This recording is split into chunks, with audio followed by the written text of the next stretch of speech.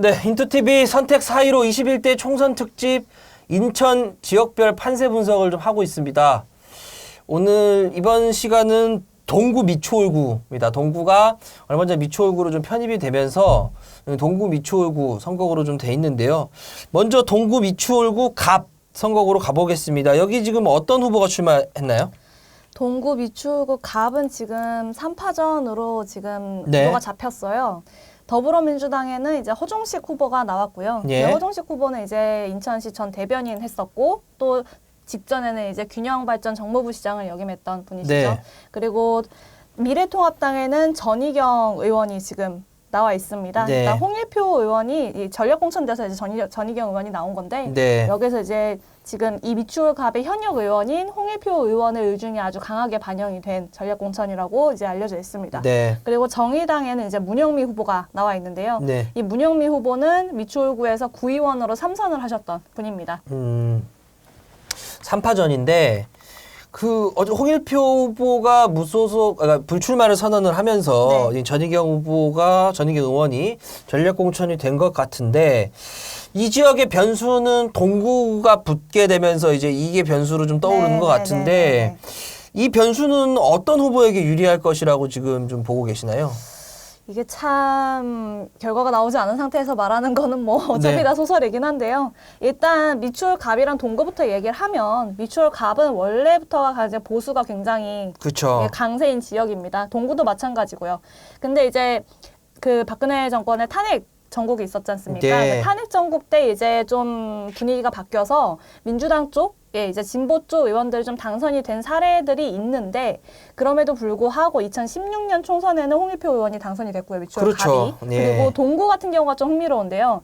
이 중구, 동구, 강화, 옹진 선거구였을 때는 안상수 의원이 당선이 되기는 했는데 민주당 조택상 후보가 동구 득표율만 보면 33.8%를 받았습니다. 그러니까 그 직전 총선에서는 동구에서 이제 진보 쪽 좀 표심이 많이 나온 편이에요. 네, 이전에 네. 비해서. 네. 근데 이제 이 동구의 표심이 어디로 향하느냐가 문제라고 저는 생각을 합니다. 그러니까 동구가 원래 보수 지역이긴 하지만 조택상 후보를 향했던 이 민주 쪽을 향했던 이 표심이 과연 이제 민주당의 허종식 후보한테 그대로 갈 것인가 네. 여부가 좀 문제라서요. 이거를 이제 조택상 후보도 알고 있죠. 그래서 선거구가 조정이 됐을 때 조택상 후보가 허종식 후보와 함께 이제 기자회견을 열고 자신의 지지자들한테 허종식 후보를 지지해달라라는 그런 당부를 한 바 있습니다. 말씀해보는 걸 좀 종합을 하면 동구라는 지역이 워낙 보수 강세 지역이지만 조택상이라는 인물을 보고 민주당을 지지했던 표가 좀 많은 것 같습니다. 네. 실제로 보면 지난 대통령 선거죠. 대통령 선거에서 문재인 대통령이 당에 당선됐으니까 문재인 후보가 36.9 그리고 홍준표 후보가 35.6 거의 비등하게 나왔거든요. 다른 지역에서 인천의 다른 지역과는 좀 다른 결과를 좀 보였는데 이런 결과를 보더라도 조택상을 향했던 표심이 허종식에게 그대로 갈 것이냐 이것이 이번 선거의 또 하나의 변수가 될 것 같고 그리고 문영미 후보도 전 남구청장 나왔을 때 꽤 많은 득표를 하지 않았습니까? 이 문영미 후보의 출마는 이번 이 동구 미추홀구 갑 선거에 어떤 영향을 미칠 거라고 좀 보십니까?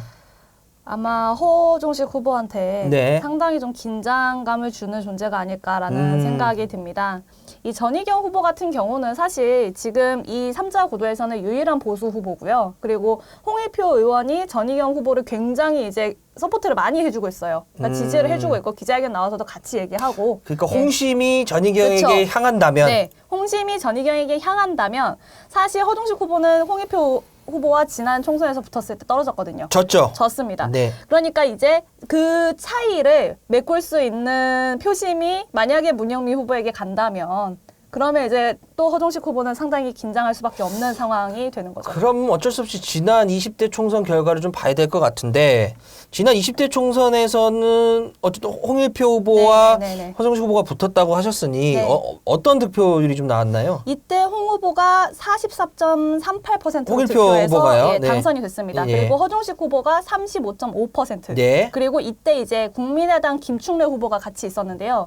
김충래 후보는 19.66%를 얻었습니다. 그러니까 그러니까 홍 후보와 이제 홍익표 후보, 그때는 홍익표 의원이죠. 네. 홍익표 의원과 이제 허정식 후보가 대략 한 10% 정도 차이가 나는데 이 10%가 그 예전에 문영미 후보가 이제 미추홀구청장 나왔을 때 예. 그때는 한 10% 넘게 받았거든요. 예. 이제 이게 변수로 또 작용할 확률이 높죠. 그러니까 홍일표 후보가 44.83, 허정식이 35.5.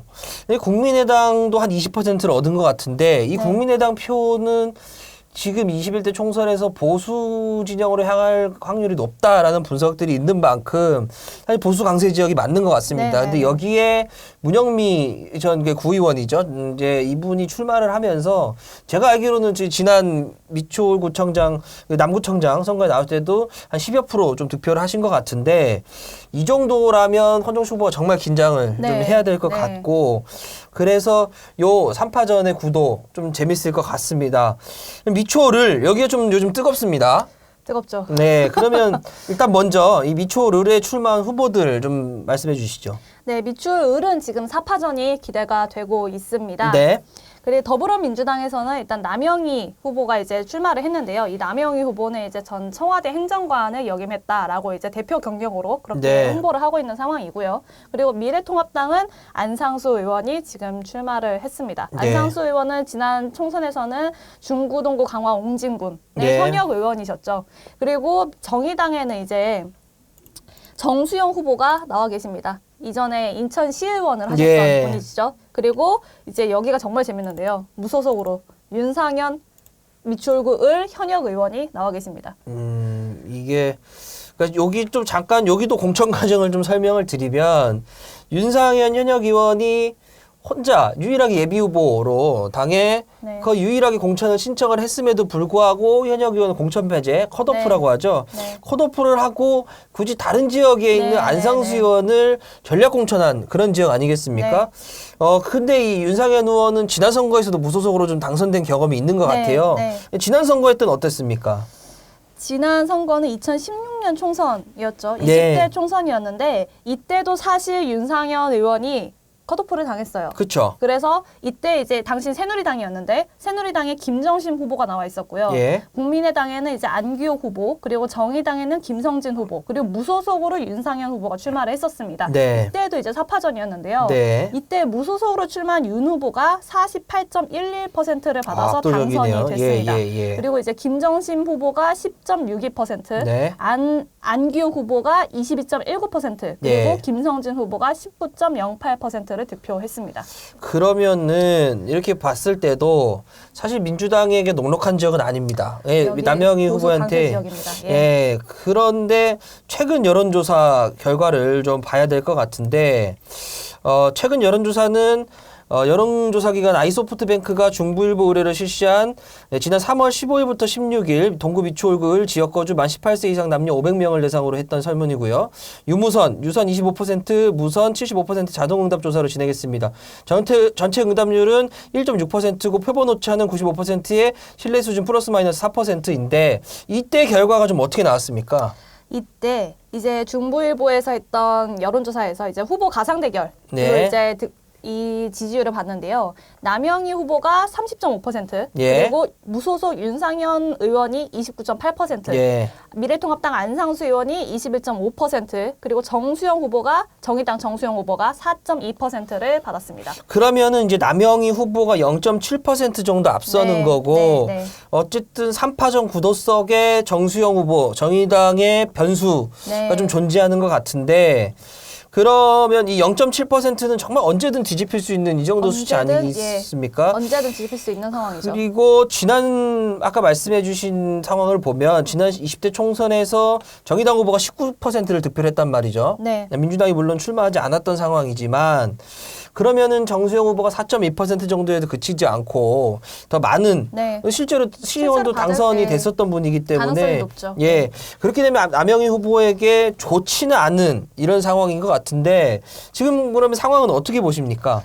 지금 이 상황이 정말 이 미추홀구 을은 여론조사가 이제 지금까지 한 2차례가 진행이 된 곳이 예. 있는데요. 그만큼 지금 상당히 굉장히 뜨거운 곳입니다. 굉장히 예. 뜨거운 곳인 이유가 일단 그 보수 진영에서 굉장히 인천 지역에 똑같은 삼선 의원이거든요. 윤상현 예. 의원과 안상수 의원. 그렇죠. 인천 지역의 거물급 정치인들인데 이 두 명이 같이 출마하는 지역이에요. 네. 그러니까 일단 보수표가 어떻게 갈릴 것이냐가 네. 첫 번째 관전 포인트죠. 네, 어떻게 네. 갈릴 것이냐. 그리고 두 번째는 이제 민주 진영에서 남영희 후보와 정수영 후보가 나왔는데 네. 정수영 후보도 인천시 의원에 당선이 된 만큼 상당히 지지율이 있는 후보거든요. 그렇죠. 그리고 남영희 후보는 지금 뭐 여론조사에서 30%가 넘는 지지율이 나오고 있기는 하지만 남영희 후보는 인천 지역에 사실 연고가 그닥 그렇게 거기다 정치 확고하진 거의 않습니다. 신인이죠. 신인급이죠. 거의 신인급이기도 하고요. 네, 네, 물론 네. 과거에 경선에 참여한 네. 경험이 있긴 하지만 어쨌든 네. 거의 정치 신인급이고 인천 지역의 연고라고 하면 이제 인하공전에 졸업을 했다 정도 그 정도밖에